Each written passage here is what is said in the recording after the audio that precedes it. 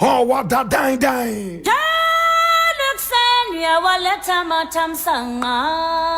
This is the voice of the patriot, and here we speak truth to power. Here we don't discriminate, and we don't ever criticize to destroy, but to build. That is why we keep saying we are in the service of God and country. This is the headquarters of the truth. And from the office of the patriot, this is the voice of the patriot.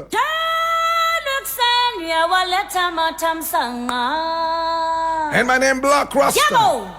Now today we have a number of issues we need to look at quite quickly. All right. This one is taken from Ghana Word, and it says, disgruntled NDC MPs have been promised 400,000 Ghana cedis every quarter to appease them. And this is Paul Adom Otchere alleging. And I read, media personality Paul Adom Otchere has alleged that the approval of the monetary budget by Parliament for the Get Fund projects allocated to members of Parliament was intended to compensate certain lawmakers from the National Democratic Congress who were not given government appointments. Parliament approved 250,000 Ghana cedis for each MP to fund education-related projects in their respective constituencies, along with an additional 150,000 Ghana cedis per MP for the monitoring of these projects. Reacting to the development on Good Evening Ghana on April 3, that's yesterday, 2025, Adom Otchere asserted that some NDC MPs are dissatisfied with the government for sidelining them and not considering them for appointments. He further claimed that these disgruntled MPs have expressed concerns that the lack of government appointments, which would have secured them budgetary allocation, will negatively impact their parliamentary prospects in the 2028 party primaries, leading to increased pressure. Now, the reason, as we have been told, is that there's concern from the 188 members of Parliament of the NDC who did not secure ministerial positions, are not likely to secure board positions, and did not secure deputy ministerial positions, and therefore do not have any executive authority where they have the power of the pen to sign signatures and also get a budget to run with. And so they feel that there will be pressure on them for their constituents, given that everyone knows they are members of the ruling party and they may lose their primaries, he alleged. Adom Otchere further alleged that in an effort to resolve the situation and appease his members, following rumors that the disgruntled MPs are planning to boycott the vote against any government business, the Minister of Finance has made arrangements to allocate 400,000 every quarter to the MPs.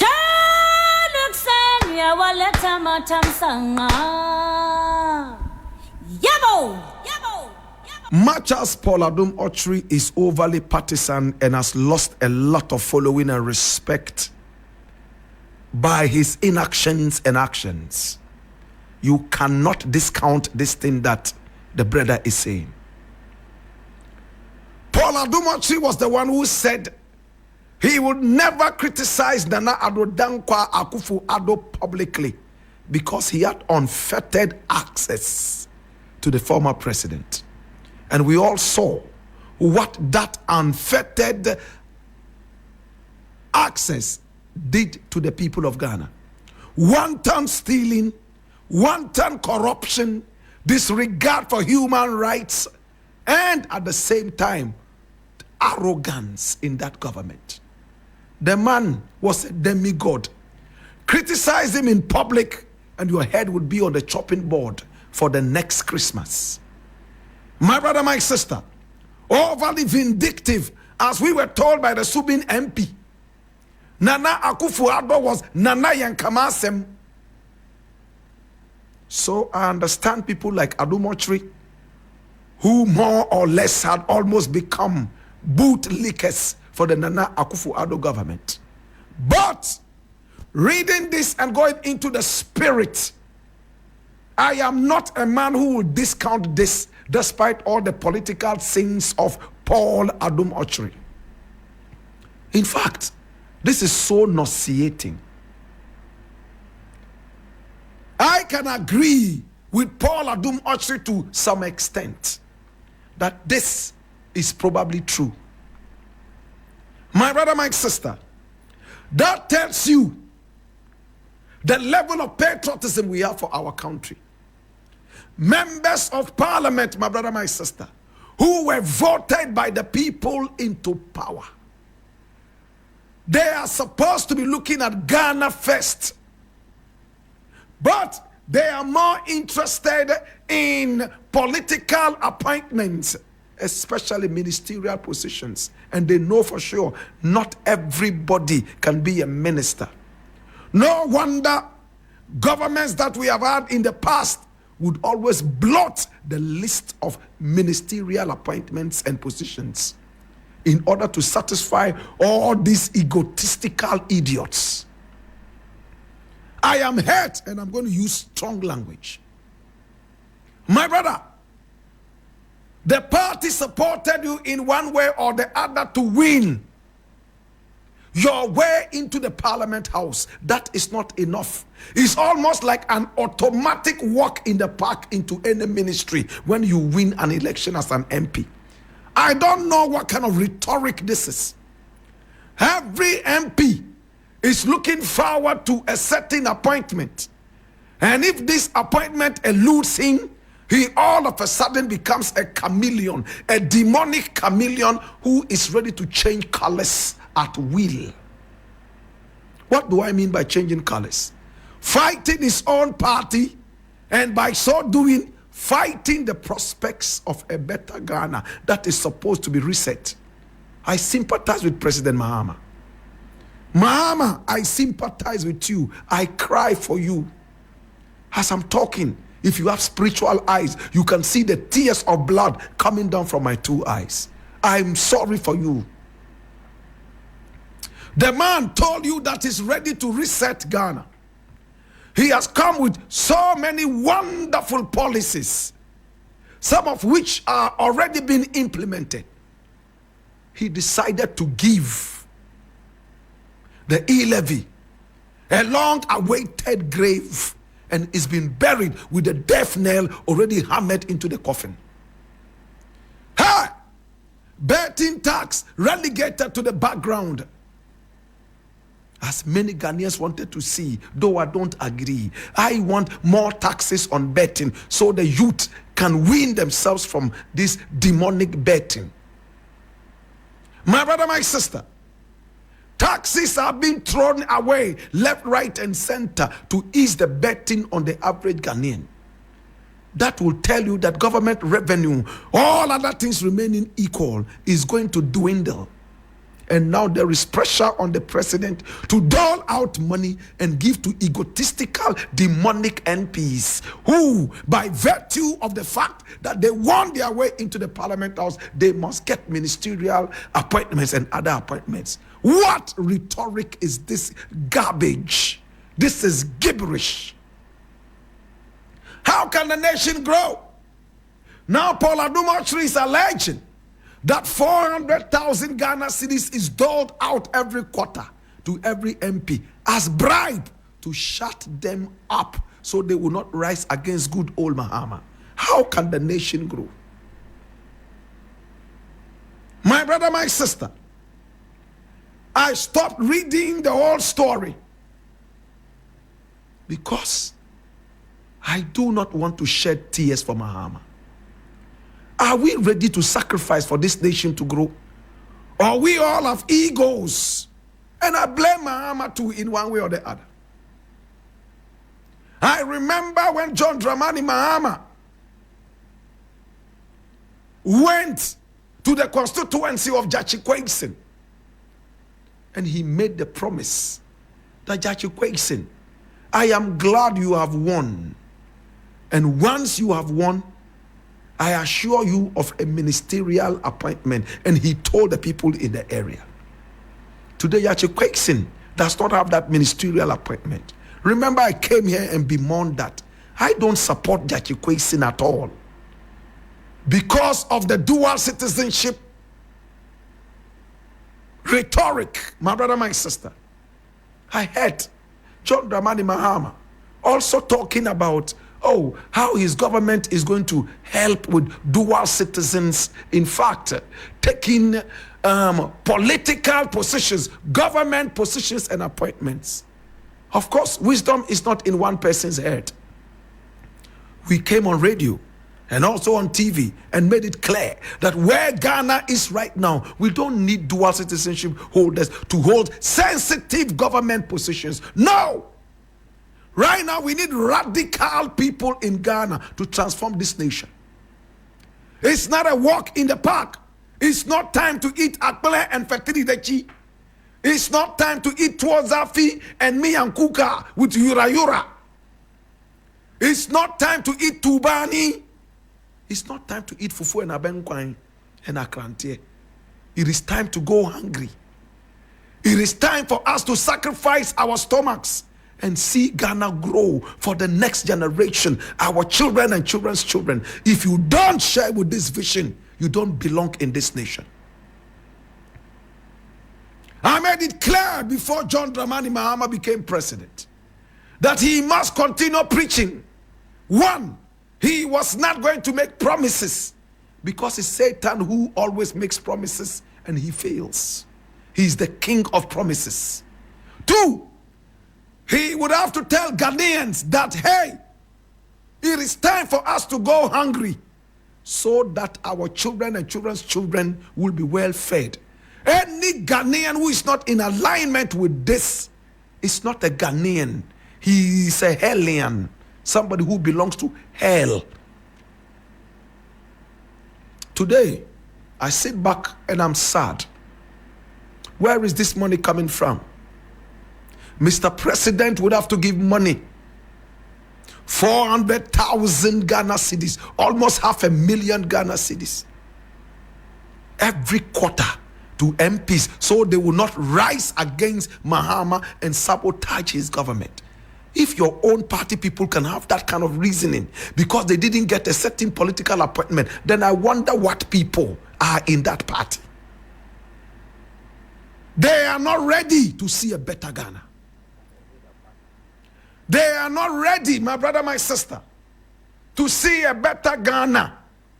They are only ready for their own emboldened egos. But of course, this is subject to the fact that what Paul Adom Otchere is saying is the truth. But I, standing where I am, I won't doubt this too much because I know the behavior of politicians in Ghana. There will be pressure. Oh yes, pressure from their constituencies. Honorable, and you want your position be. And people will start even mocking you because they are idiots. My brother, winning an NP position is not an automated car into a ministerial car park. Please, somebody write this down and make sure that you patent it. Blakk Rasta, quote and unquote. I'm saying that winning an MPship ticket is not an automated car into the parking lot of the ministry. But we have made it so in our politics and we are paying the debt. My prayer is that this thing that Paul Adom Otchere is alleging because he's overly partisan, my brother, my sister, is not true. That's my prayer. I do know that there are some MPs who behave this way, But my prayer is that the spirit of Mahama and the spirit of who made Mahama president again would fight all these ones and please put into their heads the common sense of patriotism. Not all of us can play lead role in movies. Some of us will do waka pass. Others will do makeup. Some would even be prompters, script prompters. We all cannot do the same thing. That is why I keep saying, my brother, my sister, let us all love Ghana the same way we love it, no matter what position they give to us, no matter where we find ourselves. It's just a matter of doing our best. I leave it here.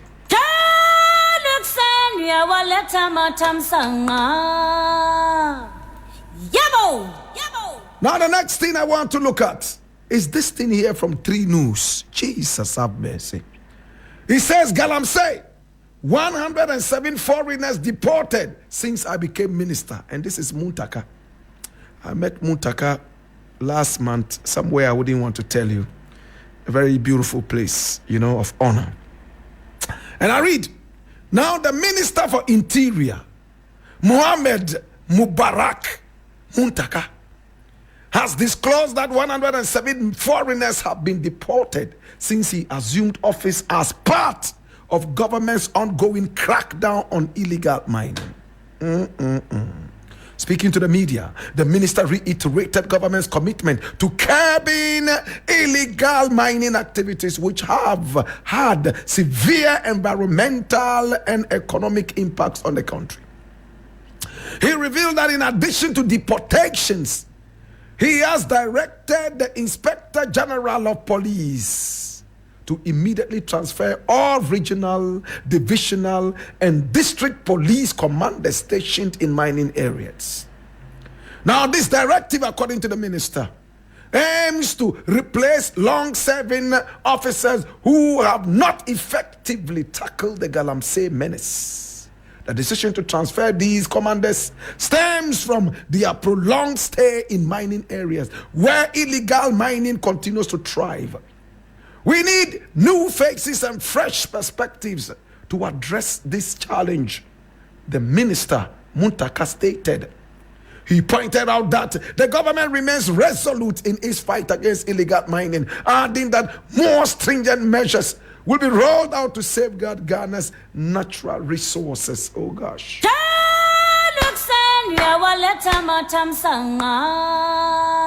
me. I want to applaud Muntaka Mubarak Mohammed.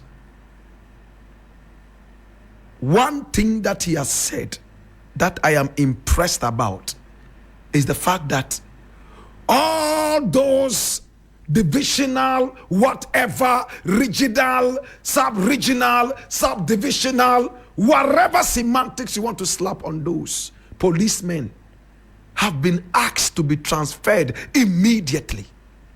My brother, nobody continues to use a losing team, a team that is always losing. You will be a crazy man if you continue banking your hopes on a horse that is always losing. Please, can I say this? Some of these people are so entrenched. They have positions that are so entrenched amongst these Galamseyers. And they know how to make their money. It's sad, and it's all an issue of patriotism. Hey, listen, I will keep talking about patriotism. My ghost will return and talk about patriotism because it's so dear to my heart. My brother, but I am sad about one thing. Honorable Alhaji Mohammed Muntaka Mubarak. So the best punishment you can give to these dirty guys who come and destroy our land is to deport them. Hey, is that it? Go back to your country. And that is enough punishment. Can I tell you the story of Amwatin? A couple of days ago, we talked about Amwatin. He smuggled a lot of narcotics from this country, going to the VVIP at our airport here. people were just shouting, honorable, honorable, honorable. And he was also sheepishly smiling at them. He went all the way to America with contraband. A disgrace to the nation. A man who is supposed to be called an honorable became so dishonorable to the ebb of disgrace. Jesus. Watch me. They did not deport him. They jailed him. Like the Americans say, they jailed his ass. I don't know what that means. Don't ask me. They jailed him, my brother, my sister. After he served his tenure of disgrace, they booted him out like a bad habit back into this country. From that time, he's been in political oblivion. The disgrace has followed him, his family, his friends, and all those people who aligned with this disgrace. Honorable Muntaka, if these people are truly destroying our land in Galamsey, 107 of them you carted out of this country, probably like Aisha Huang in first class chartered flights. They were eating and drinking nyafu nyafu all the way from Accra to Guangzhou like kings and queens. They, like Abua Papun. What is wrong with us? Since I came into power, I have deported 107 Galamseyers. Deportation. That's all. Well, I'm happy that it's also been added that more stringent measures are being taken to deal with this. But please, deportation from Ghana is not a punishment. It is just a stay of Galamsey till we return. How many people understand this language? Deportation of Galamseyers in Ghana is just a stay of the activity till we return. Somebody write it down. Oh, Jesus. It's just a delay. There are 1 million, in fact, 1 trillion entries into Ghana. You don't need a visa to enter Ghana. My brother, I will not be the one to show you these routes. But our land is so porous. Even America, we have Mexicans jumping a certain wall, going through crevices and cracks in order to enter America. Deportation, my brother, is not a punishment. I leave it here. Yes, I leave it here, my brother. Oh, Jesus.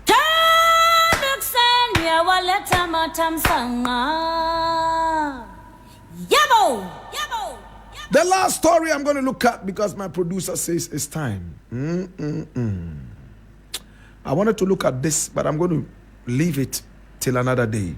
Blakk Rasta invites U.S. ambassador for clarification on Trump tariff. I like that. I like that. Jesus. And when you read my Joy Online, the story we just finished dealing with, it says foreigners involved in Galamsey and fraud will be deported, not prosecuted. Why? Are they not going to be prosecuted but summarily deported? That is not a punishment. They will return like Aisha Huang and Helena Huang. Jesus. My brother, there's another issue here I want to finish with. And once I'm done, I am done. Jesus. Well, my producer tells me my time is up. I think I need to leave it here. My name is Blakk Rasta, and I want to say thank you so much. I appreciate you and I love you. Remember, it's all about Ghana. We criticize only to build and not to destroy.